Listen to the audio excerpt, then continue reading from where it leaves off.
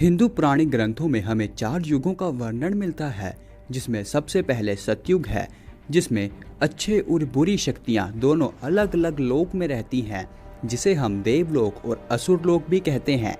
फिर आया त्रेता युग, जिसमें अच्छी और बुरी शक्तियां एक साथ एक ही लोक में रहती थी, जैसे कि रामचंद्र जी और रावण। फिर आया द्वापर युग, जिसमें अच्छी और बुरी शक्तियां एक ही परिवार में रहती थी, जैसे कि पांडव और कौरव। फिर आया कलयुग, जिसमें अच्छाई और बुराई एक ही इंसान में रहती है, जो कि आज का युग चल रहा है। आज मैं आपको द्वापर युग की उस महान गाथा के बारे में बताऊंगा, जिस पर यह द्वापर युग आधारित है, जिसे हम महाभारत भी कहते हैं। महाभारत जैसे महान युद्ध से हमें श्री कृष्ण का अमूल्य ज्ञान, गीता ज्ञान भी मिला था। यह वह ज्ञान था जिसे श्री कृष्ण ने अर्जुन को दिया था। यह गीता ज्ञान जिसने लाखों लोगों की जिंदगी बदल कर रख दी है, वही गीता ज्ञान है जिसे आज सिर्फ हिंदू धर्म ही नहीं बल्कि अलग अलग धर्म के लोग भी मानते हैं।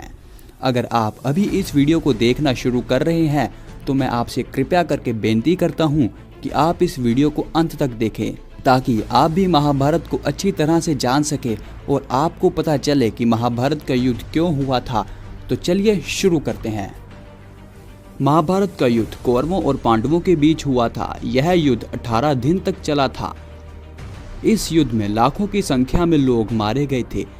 कहा जाता है कि इस युद्ध में मरे गए लोगों के रक्त के कारण ही कुरुक्षेत्र की भूमि लाल हो गई है। पांडवों की माता कुंती विवाह से पूर्व अपने महल में थी, तभी उनके महल में ऋषि दुर्वासा आए। उनकी सेवा कुंती ने बहुत की। उनकी सेवा से प्रसन्न होकर ऋषि ने वरदान दिया कि तुम्हें सभी देवपुत्र प्राप्त होंगे। यह कहकर वह ऋषि दुर्वासा वहां से चले गए और फिर कुंती ने उस वरदान का उपयोग करना चाहा,